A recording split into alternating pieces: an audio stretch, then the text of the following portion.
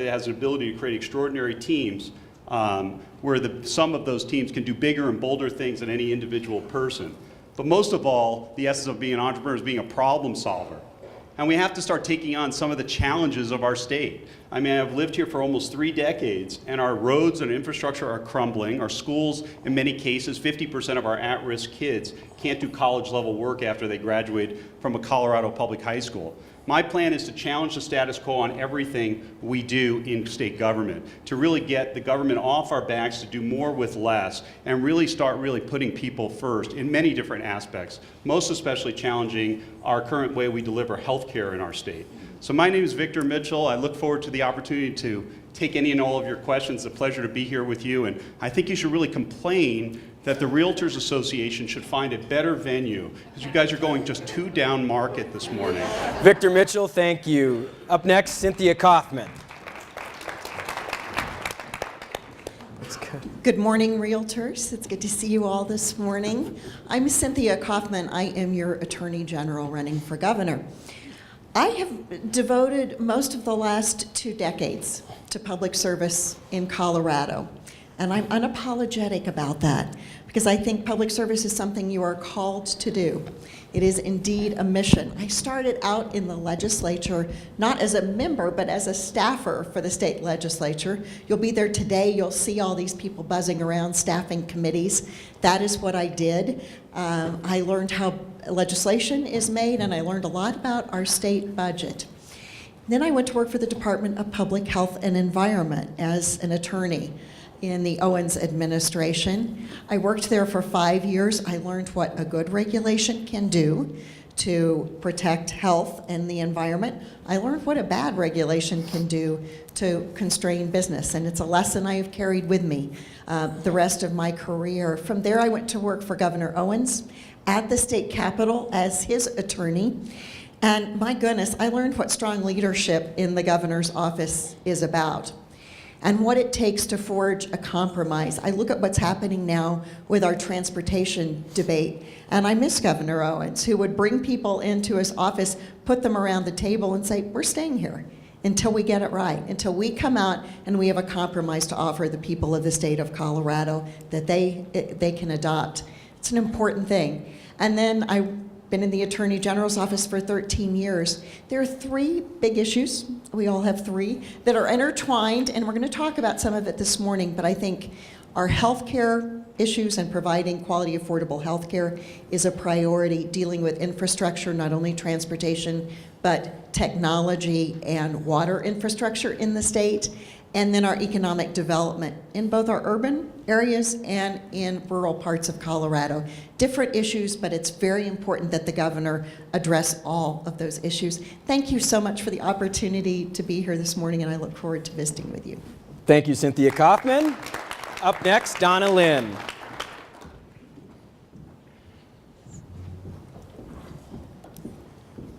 Well, good morning, and thanks for the opportunity to be here. I'm Donna Lynn, the Lieutenant Governor and Chief Operating Officer for the state, and I'm responsible for you all being here because I suggested to the Realtors we have a candidates forum, so either thank you or I'm sorry.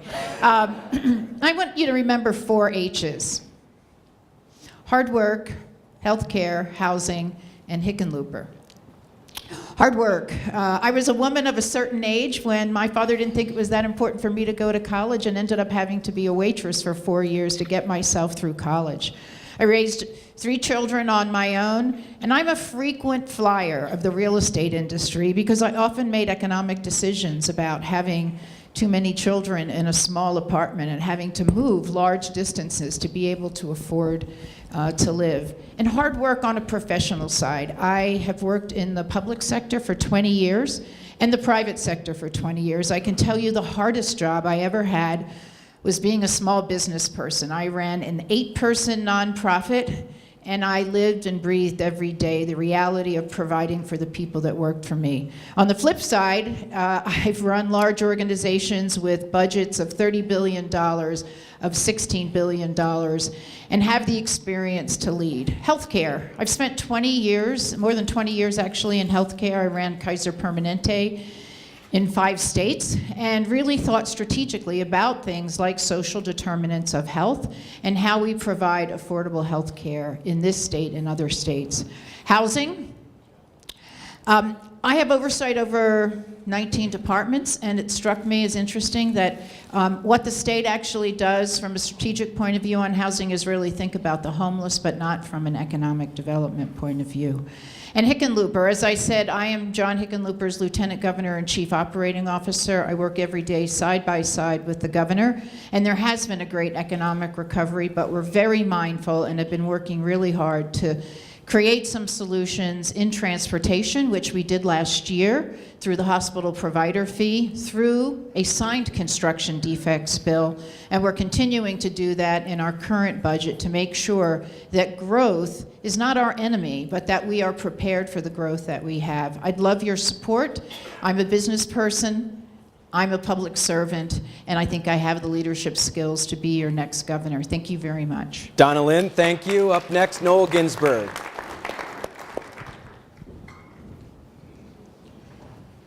Thank you all for being here. Like everyone else, we all have our own stories, and mine began here in Colorado because I was born at Rose Hospital.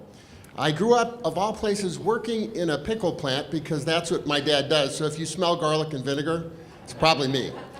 But I fell in love with manufacturing back then and the people that I worked with. So in college, I actually, after a class project, started the company I run today, Intertech Plastics, in my junior year, and left DU in my senior year. So if you change your baby on a Koala baby changing station, we made that, along with 300 other products in Colorado. But I didn't go into business just to make things or to make a living. I did it also to make a difference. And over the years, that company has served as a platform for me to do that. Whether it was being appointed to the National Governors Association by Governor Romer, whether it was chairing Mile High United Way's campaign and board 2 separate times, or founding the Colorado I Have a Dream Foundation here in Colorado 30 years ago, and then sponsoring 42 kids, myself, along with my wife, turning a 90% dropout rate into a 92% graduation rate. My history has been identifying issues that affect our state and our community, and not just studying them, not just creating plans, but actually getting things done. And that's culminated in the last 2 years in founding CareerWise Colorado, a statewide youth apprenticeship system that is thought of nationally as a model that gives kids the following. Beginning in their junior year, they will begin an apprenticeship. Could be across 120 different pathways in the future, but it gives them up to 30 credit hours of college credit, an apprenticeship wage, an industry credential, and their high school diploma. And that apprenticeship wage equals $30,000 over the 3 years of their apprenticeship. It's happening today. We have real challenges in Colorado. Yes, attacking education is it when we have 50% of our school districts operating 4 days a week for financial reasons. It's not just about saying what you'll do, and what I'd ask you to look at for all of these fine candidates, as well as myself, make sure that our plans are real, that they're attainable, and that they really do address the issues of Colorado. My name is Noel Ginsburg. I'm running for governor. I would love your support. Thank you. Noel Ginsburg, we're going to keep the microphone with you, and we're basically just going to work it back down the table. So if you want, you're welcome to sit down or you can stand up. A point that's important to mention is we invited Walker Stapleton. He's the candidate that cannot be here. He had a scheduling conflict and sends his regards, but each of you have a handout with his answers to the questions that we're about to go through. So Walker did a job of making sure that he answered the questions as well. So question number 1, and there's going to be a bit of a preamble here, but we prioritized our questions because we are the Colorado Association of Realtors, and we said we wanted to talk about things like housing. So the first is a current event. It's something that was actually written about in the Denver Post just yesterday. There's quite a bit of a lead up to this, so bear with me for just a moment. There's a proposed statewide ballot initiative, specifically number 66, on growth. Many of you are aware of it, but it is awaiting a review from the Colorado Supreme Court. And this would, number 1, limit the permits for the total number of housing units to just 1% in each of the 10 most populous counties in both 2019 and 2020. It would further allow every Colorado city, town, or county to vote for housing growth moratoriums. Additionally, it would prohibit new permits between the time frame of the election in November of this year and January 1st of 2019. Finally, if this proposal is approved by the voters, the first time that any county would have the option of holding a referendum to overturn this ballot proposal would be the year 2021. So a two-part question. Given this information, would you be supportive of this type of limited growth initiative?